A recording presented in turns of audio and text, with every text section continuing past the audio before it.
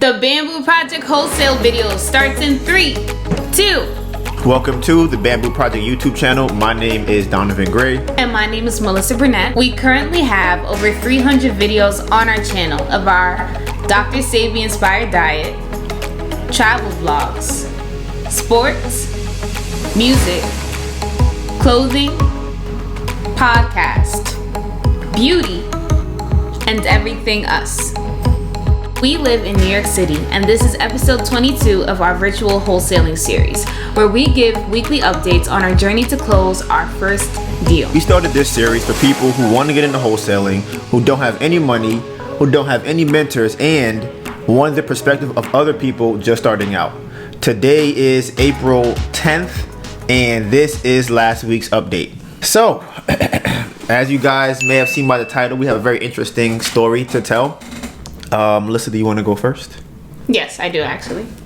So I don't know if you guys saw the video that just went up, the last deal or no deal video, where Donivan lost officially, his first official loss. My first official win, I won. I got a deal, I made a phone call, and followed up on a property. And all of that is recorded inside that deal or no deal video. Before I get into the deal or no deal video, a couple weeks ago, I had said that we were listening to a Biz Matthews. Well, I was listening to it because Donivan was sleeping. I was listening to Biz Matthews interviewing a woman on how she got her first deal done in Georgia. And in that video, she said that she used bigger pockets as a way to find her cash buyers. So I went to go test it out. And I saw that Bigger Pockets doesn't really allow that on their platform. They only really have that platform for you to get knowledge or information, not for you to not for you to offer your deals or show your deals to someone, not to find a cash buyer and not to offer your services as a cash buyer. That's not really what it's for. Now, how strict it is, I don't really know. I didn't try it because I, saw the guidelines and was like, let me not do this. But just want to throw that out there in case you go to Bigger Pockets and try to do this and find out that you can't. So if you didn't watch the deal or no deal video, basically I found a property in Georgia for a cash buyer that we have on our list. I believe JoJo, right? Mm-hmm. That's who we were looking for. And this property was on market for $150,000. And I wanted to get it for about I think I could get it for $130,000, and that would be 70% a deal. And we're looking to get 75%, 70%. So I thought I was gonna go in saying 100, but I ain't had that energy in me, so I started off at 120. So I asked her on the phone. I said, is this enough to get it done? Is this enough for us to just go forward and start doing this deal? She told me that they were reviewing offers on Saturday at 5 p.m. So I'm like, okay, I'll write up this offer for you, I'll send it in for you, and then we'll see what happens from there. So one thing I forgot to say on the phone call was that I forgot to ask her to be my transactional agent, which is basically the dual agency strategy. So I wrote that in my email. She wanted to go forward with my offer if I was able to, bump up my offer a little bit. So go from 120. She said the highest she had was 133, but the dual agency strategy was really motivating her to want to take my deal. She was like, oh, I like that dual agency thing that you talked about. So, that was really working in my favor. So I decided that there was enough room on the deal for me to go up a bit. So I believe I went up to 134 or 135. Okay, looking for our cash buyers and everything. We weren't actually able to find one right away. So that was kind of discouraging. And then she emailed me and asked me for my proof of funds. I totally forgot to send her a proof of funds along with my offer. So I go into Jerry Norton's system that we have. He has his whole proof of fund letter generator thing. So I'm putting in my proof of funds, I'm putting in the information, and I sent it off to the real estate agent. Now about 2 minutes after I sent in that email with the proof of funds, I received a text message on my phone, and the text message said, "Are you a wholesaler?" Now, I was kind of I don't know why she would ask me this question. What reason does she have to ask me if I'm a wholesaler, right? just the only thing that changed, right? I just sent in the Jerry Norton proof of funds, right?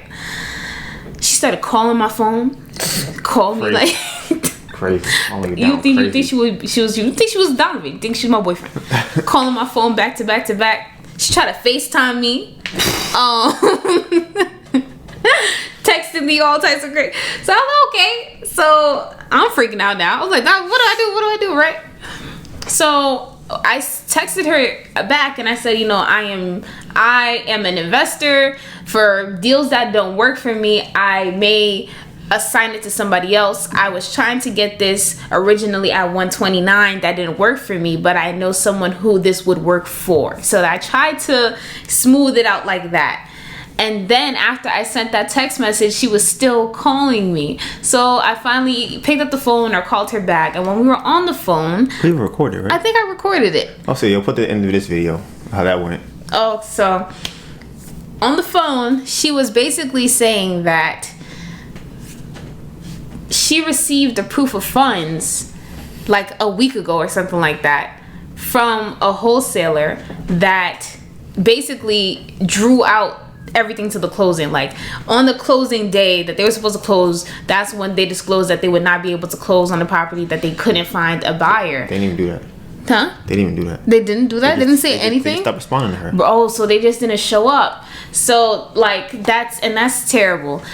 What we like to do if we have to back out of a deal, we try to do it within the inspection period. We try to do it within that first 5, however many days they give us to inspect the property. That's when we try to back out. There's typically like an additional week or something like that after that for you to like continue finding a cash buyer, but I wouldn't want to do that to them and also, stress myself. That's just me personally. So I was not trying to make this a difficult situation for her, because obviously she already had a bad experience dealing with wholesalers.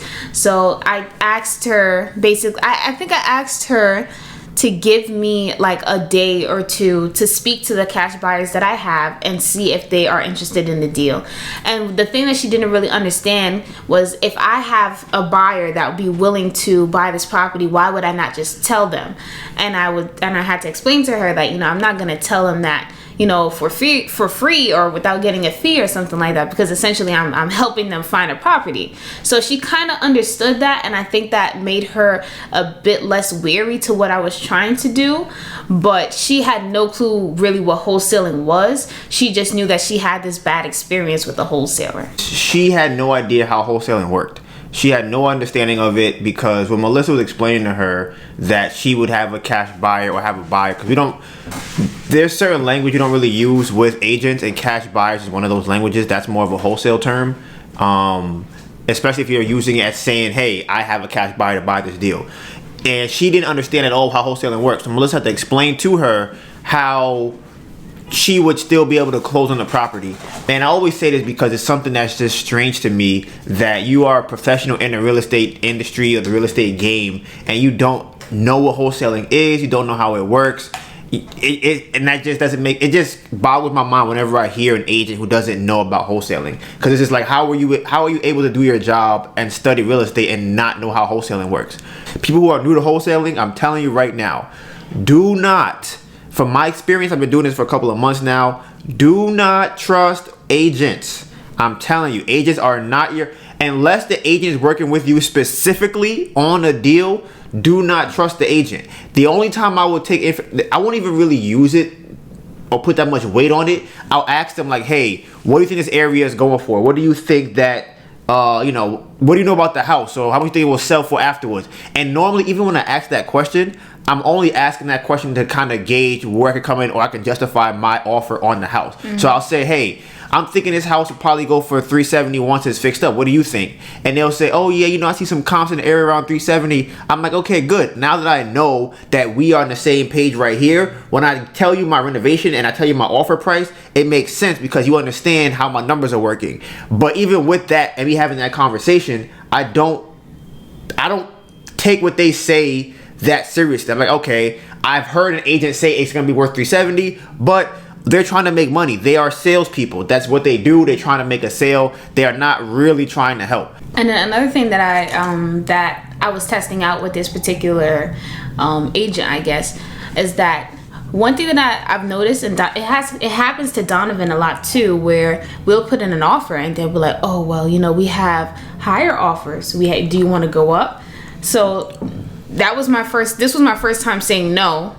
This is the offer that I have. This is what I want to go with. And that was with I think it was the 129 that I sent her in the email. She had asked me to go up on the phone. I told her, no, I'm okay. No, she asked me in the email. I think I have that too. If I wanted to go up any higher, I said no. Now, she got me when she said, like, okay, listen, you know, I want to go with your offer, but there's one for 133. I don't really know if there's one for 133. And you never really know unless you say, you know, no, and kind of like test it out. So I'm going to try that next time. Next time I'm going to try, because if they're still talking to you, it has to be for a reason. Because if they really did have an offer for 133, then she would have taken it. But it's probably because of the dual agency. That's the only thing that has me on the fence. I'm still trying to figure out whether or not this is true or how they use it. But I've noticed that for some reason, agents always say that we are closing or we are submitting offers on a Saturday or the weekend or something. And my theory is that they use that as a false time constraint so that it makes you feel like you have to kind of rush. There's a deadline you have to hit. You have to get your offer in by this amount of time, by this time or this date.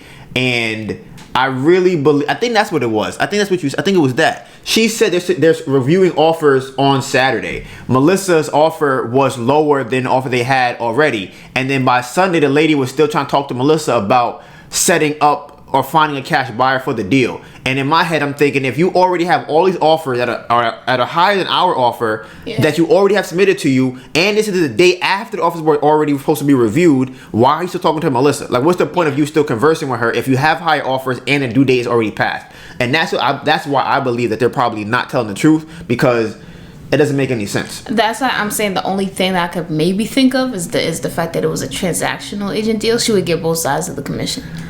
Yeah, that's what I'm saying. That's probably. And then that's funny because that's not in the best interest of the seller. That's in her best interest. Honestly, I can't even say now because it's been like this for a while. I don't use Jerry Norton's proof of funds at all. Bruh. I just don't. And this is not the first time we've had a problem with it. A lot of time when we first started wholesaling, we would submit it and people would just kind of be like, what is this? I mean, you could probably watch videos like the first probably 4 or 5 weeks of us doing this. You'll see us talking about it, and a lot of agents are like, who is this? I tried calling them and I saw a 10K club on the website. Bruh. Or Jerry, if Jerry finds this video, if anybody shows it to him or anything like that, please tell him to just make a fake website that just says JLN Capital. Just do that. Just make a cover page, because people go to the website and see 10K club on the offer sheet, on the proof of funds, and it's like, this does not look like a legitimate what would you call it? A legitimate lending company. It doesn't look like that. So I've had multiple problems with that, as well as when they call, I think the answer machine is like 10K club. It's just, and then it's funny because in his videos he'll say, don't tell them you're in a 10K club, but then give them this number that says, hey, this is to Jerry Norton's 10K club. So like I said, I would definitely just recommend just make a cover page or something. Just make it easier for people who are using the proof of funds. I have not used the proof of funds probably since like December, and I started wholesaling probably in November. So after a month and a half, I'm like, it's not worth it. I use it's another guy, Dave Dinkle, I think his name is. I've used him before. So like I said, or you could just go online and Google proof of funds, and honestly, it's not even really Jerry's fault. It is, because he could definitely fix that, but once you get to a certain point, you start getting bigger. When thousands of people are using proof of funds, or 100,000 people are using it, at some point, people who don't know how to use it are going to make the whole name look bad. And I don't really think it's good for his brand if everybody who's using his proof of funds is terrible at wholesaling, or they're fake wholesalers, or they're just doing stupid stuff with the proof of funds. So that's just kind of something that, my last thing as far as that goes. And I think it's so funny because Donivan was working on her proof of funds for me when she had texted me, but once again, it was like a time constraint. I think it was Sunday, so she was saying it's Easter and I want to send my receptionist home or something like that. Yeah, and honestly, we think that if we had more time, we could have found a buyer, because at that point, she only gave us a day. She said, okay, Melissa got her to say, hey, can I have a day to get the cash buyer? She said, fine, I'll give you a day. And then, mind you, not only did we only get a day. There was no actual signed contract. So now we're trying to pitch the property to other people with no signed contract, and we only have a day, no inspection period, no pictures, no nothing. So and I had a group, a Facebook group that I wanted to send it in, but I think that they tried to crack down on like not having a contract. And I think the way that they see it is that if you have the contract, you should be able to put the address in the group. So because I don't have the contract, I can't put the address in the group. I can't like do a lot of different things. I can't send someone over to see the property. Really, it's just a very big hindrance not having the contract. Now this should be the last, I guess, half and half video for the wholesaling and flipping. We will be doing, I haven't figured out if we're gonna do it like every 2 weeks or maybe every 3 weeks, because we plan to go to Philadelphia every 3 weeks. And people who don't know what I'm talking about, we are closing on our first house. We are supposed to close on our first house on Monday. I will explain why it's supposed to be Monday and all the things we went through over this last week. Bruh. It's been crazy. So this will be the last update that will be in the wholesale video, and then we'll start another series and we'll drop that for people who are getting into flipping, who want to get into flipping and things like that, and things that we learn as we're going through the first investment property that we're going to buy. Recap. We have a property in Philadelphia that we are trying to buy, and we live in New York. Our company is not set up in Philadelphia. Because of that, we had to get something called a foreign entity document, or foreign entity registration. We found this out probably 2 days after the initial date that we had planned to close on the property. So we said, okay, we figured, this is April 1st, I think, that we've actually did this. We were under the assumption that once we fill it out and file it, that we will be good. They will email us our registration, and we will be able to submit that to the lawyer, who could then close on the property. We submitted it. We didn't hear anything back for a couple of days. So we're thinking, okay, maybe everything is good. We're not hearing back. You know, everything should be fine. We had looked it up, and it said that it takes about 30 days before you can actually get that paperwork back to you. Yeah. So we're like, 30 days. We close it in 4 days or 5 days. We don't have 30 days to go and get this, right? So we're like, damn, that's not going to work. We're thinking maybe because we just submitted that file, it'll be okay. Nobody won't be any big problems. But we have a Karen, and literally her name is Karen. And she is being as such.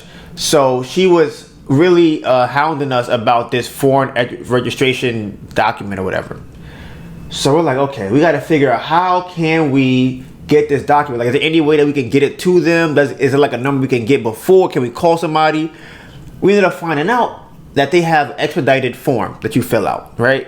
They have 3 options on this form. The first option is $100, right? You pay extra $100 and it will be done same day, okay? Yeah, within 24 hours. If you do the second option, $300, it will be done within 3 hours. And then the third option is you pay $1,000 and it will be done within 1 hour. Those are 3 options.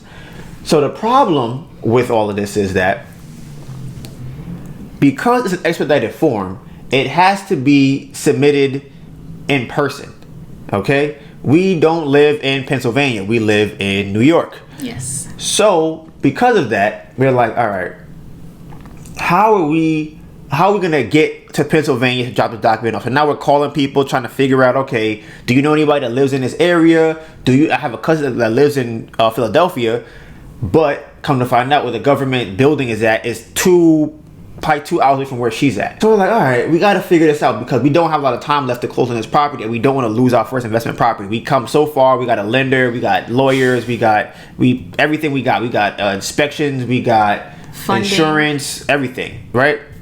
So now we're like, all right, who else do we know? So like I said, I'm calling my mom, calling friends, everybody we're calling, trying to figure this out.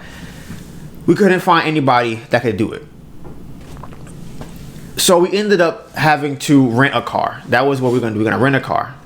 I think I might talk about this in another video where we had called to rent a car for the closing date or the supposed closing date. And that morning, they called us and were like, well, we have no more rentals. But lucky for us in that time period, we weren't closing that day. So we were planning to close on Wednesday. We couldn't close, so it didn't really affect that they didn't have any rentals. We decided we got to get a rental to go to Pennsylvania, Harrisburg, which is 2 hours from where the property that we have on the contract is actually at. The closing was supposed to be on Wednesday of last week.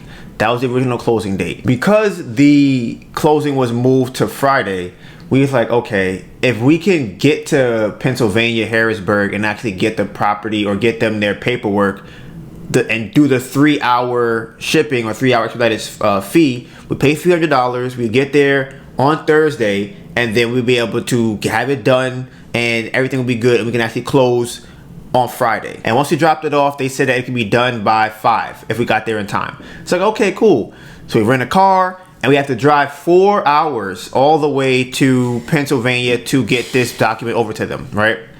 So we drove this 4-hour trip, which was not expected. We had no intentions of doing this, and it was like a last minute thing because we woke up and that's when we found out that they needed this document, and the one that we sent them wasn't actually gonna work. But we were planning on dropping it off and having to do the 3-hour service so that by the next day, which would be Thursday, the 3-hour service would be from 10 a.m. to 1 p.m. So it would be done by 1 p.m.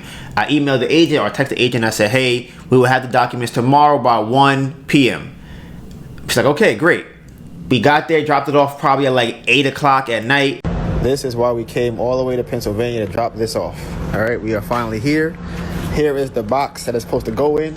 I'm hoping that everything goes perfectly fine, that I'm just gonna drop it in here and they're gonna have it tomorrow and I'm gonna be good. That's what I'm hoping. So here's the box, opening it up. I think everything is good.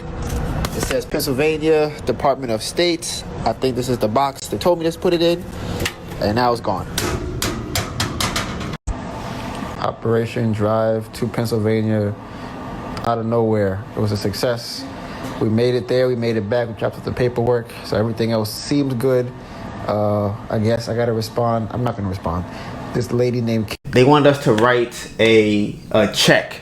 However, for the check they wanted, it can't be a starter check, which I had to learn what that was during this week. They wanted a check that has the address of our address on the check as well as the bank's address. When you first go and open an account, they don't give you that. They just give you a regular check that does not have the address on it. So I didn't know that. So we're like, all right, we don't have that, but we know it says that. So we decided, okay, we're just gonna write on a line that said deposit number on the form. I'll put the form up on the screen so you can see what I'm talking about. So we were under the assumption that if we just write deposit number or put our account number and our routing number, they will be able to just take the money out of our account and pay the fee. That's what we were gonna do.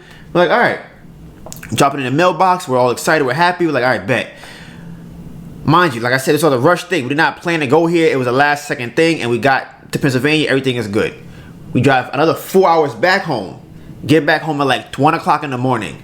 Finally unwind just to get a phone call in the morning, or I think it was a text in the morning that said the document we submitted will not work because the deposit number is actually a different account that we can't have because we're not a major corporation. You have to be a major corporation to do this. So that means we drove 8 hours the day before for no reason at all. We drove 4 hours there, 4 hours back for nothing. Wasted our time and money renting a car, paying for gas, paying for food, paying for whatever other expenses we had to pay for. Everything down the drain.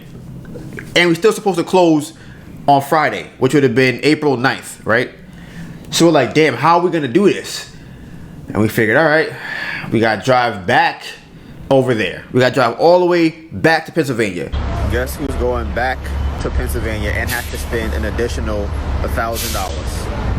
$1,000. Not only are we driving back to Pennsylvania, we have to get there at a certain time. We have to get there by 2 o'clock because that's the cutoff period to actually give them the $300 expedited fee form. After that, they don't do it the same day. You gotta wait till the next day. So now we finally get in the car. We're trying to figure out how other ways to even get the check over there. Nothing is working. We have no idea if I get the check to them without actually having somebody in Pennsylvania that we know write our name on a check, go to our account, get a check, and give it to them. We have no way of doing that. So we get back in the car. We have to drive another 4 hours to get all the way over here. Not only do we have to drive 4 hours, we got there after 2 o'clock. So the only option that we have at this point is to pay $1,000 to have the whole fee expedited in 1 hour. Mind you, they needed a money order. So we had to try and drop off the check or drop off the paperwork inside of the box and then go run around and find a money order. By the time we actually found a money order that we could use because we needed cash and my limit for my card wasn't working, so they said I had to increase that and I couldn't get the money out I need to get to put a money order in to submit to them. So we're driving around for like another hour and a half trying to find get some more cash. and we actually went over the time limit that we needed to have for them to do it in that day. They were not able to file the form because we got it there too late.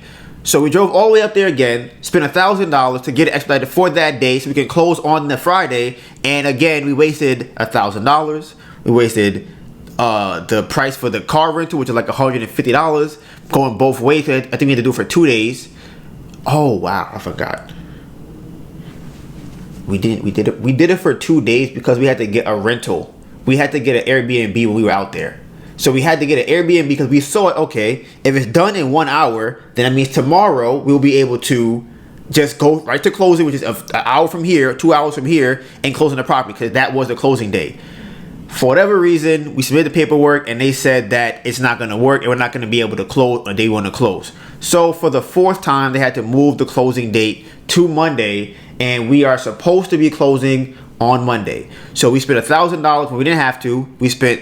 We almost spent $300 because they canceled our first form. So that one was just a waste of a day for no reason. And then we had to spend money on the Airbnb. And again, we are hoping we can close on Monday. If nothing comes up, we are 100% closing on Monday, and we'll be driving back to Philadelphia. So we have to rent a car again on Saturday to drive to Philadelphia. And I think Melissa said there's no even real Airbnbs over there. So we plan on going there Sunday night, spending the night. So we're there. I think closing is at 1 p.m. So that's the plan right now. Like I said, you'll see it on our story. We're going to post that, and then we're going to do a vlog of it because we actually have not seen the property in person. So this will be our first time seeing it. And yeah, like I said, I'll probably go more into detail in the podcast about all of the other crazy that happened during this this escapade. But that's kind of the gist of what of how that went. Is there anything else that you remember about that? I think 3 things. First thing is that there are no Chase banks in Philadelphia and in Pennsylvania. Well, not in that part at least. Not in Harrisburg, Pennsylvania. There's no Chase banks. That was a big hindrance for us. 2, in Harrisburg as well, you can't buy a money order with cash. No, with a debit card. You have to use cash. So that kind of fucked us up too. But you can do that at USPS. So that's something to keep in mind. And there was one more thing. Oh, car rental places are not open on Saturdays for the most part. In our area. So that's Sunday. They're not open on Sunday. So that's why we have to get the car today instead of getting the car tomorrow. So those are, I guess, 3 things that. And we almost died, but I guess that'll be on the podcast. Yeah. So that was a very interesting situation. But like I said, I think that concludes our half and half flipping series with wholesaling and flipping. Like I said before in previous episodes, I really want to get heavy into wholesaling now. I forgot about this. Chris, he's in Jersey, and he found a property was off market. There are 2 people involved, a mother and a daughter. I'm not sure who owns it and who he called, but whoever he called is not the sole owner of it. So the property, they said they would sell it for $70,000, but the person he called said that, but she doesn't own the house. So I don't really know how that works. The ARV is like $400,000.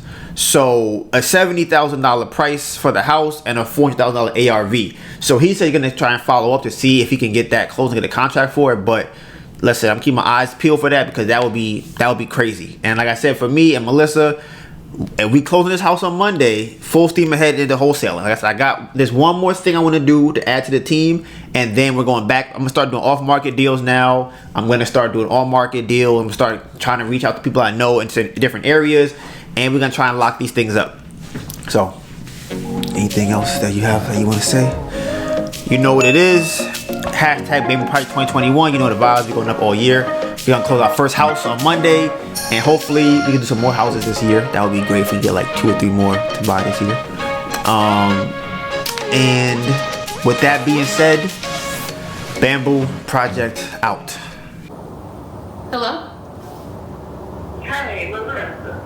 Yes. Okay, so you said what now? The numbers were for you at 127, but you are signing it to someone?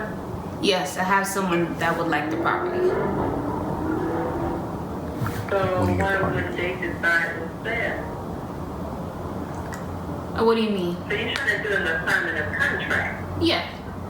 Oh my God.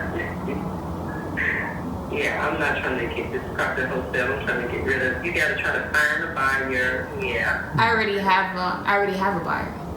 Yeah, that's what all the wholesalers always say. I just had a same deal on another home. Oh, how did that go? How did that go? It didn't go well because when I locked her in the contract, she tried to go find some wholesalers. The day to close was supposed to be already, I would say, it was getting close to close. So that's like a disadvantage when you're trying to get these properties. I understand the business of wholesaling, but, you know, yeah, it's just not something that I'm trying to do. I'm trying not to wait for you to go find someone for a property. Yeah, I totally understand that because I'm an investor. I don't mind assigning properties that don't work for me personally. So I do have someone that I'm going to send it to, but I wouldn't show it to them without getting, you know, the fee from it first. Oh yeah, okay, well don't worry about it. Yeah. So the seller backed out of the contract? No, the seller's not backing out, but the seller did not know that you were wholesaling this property. Well, if you let the seller know that I have a buyer lined up for it, and then let me know what they think about it, that would be great. So, okay, so you have a buyer lined up. Does that mean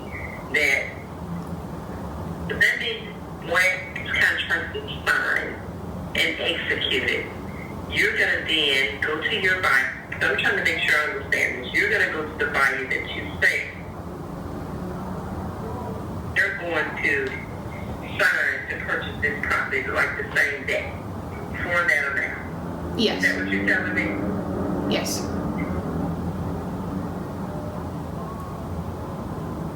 Because the proof of funds is from the same person. I'm not sure if this covenant that gives the proof of funds to you is the same capital group that did this other person, and it didn't go well. JLN, the same funding company, the same underwriter. Mm-hmm. So that's what raises concern to me. I understand that. Yeah, I could see why that would be concerning, definitely. But like I said, I do have someone that's lined up for it, so I don't want to, waste your time. So if you speak to the seller and let them know the situation, that I do have someone lined up and they're still comfortable with going forward with the deal, then I have no problem going forward. So am I giving you total control of what happens to this house should you not have anyone? What do you mean? I would take the house if I don't find anyone. So yeah, is that how that works? Yes. If you don't find someone, then you would go through due diligence and be able to just come out of that.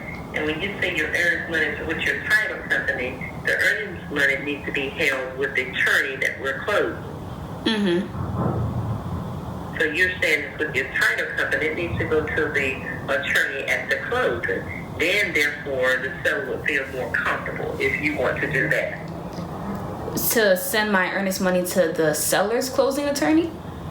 To the seller's closing attorney that will be closing the transaction, yes. I mean, I'm not too familiar with that. I would just have to double check, but I don't really have an issue with that.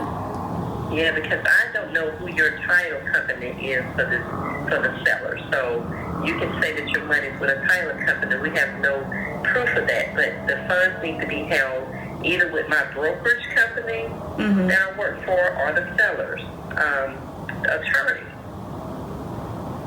Mm-hmm, yeah. Okay, so when you let me know if you want to send it to the brokerage company and let them hold it, or the attorney that's going to close the transaction.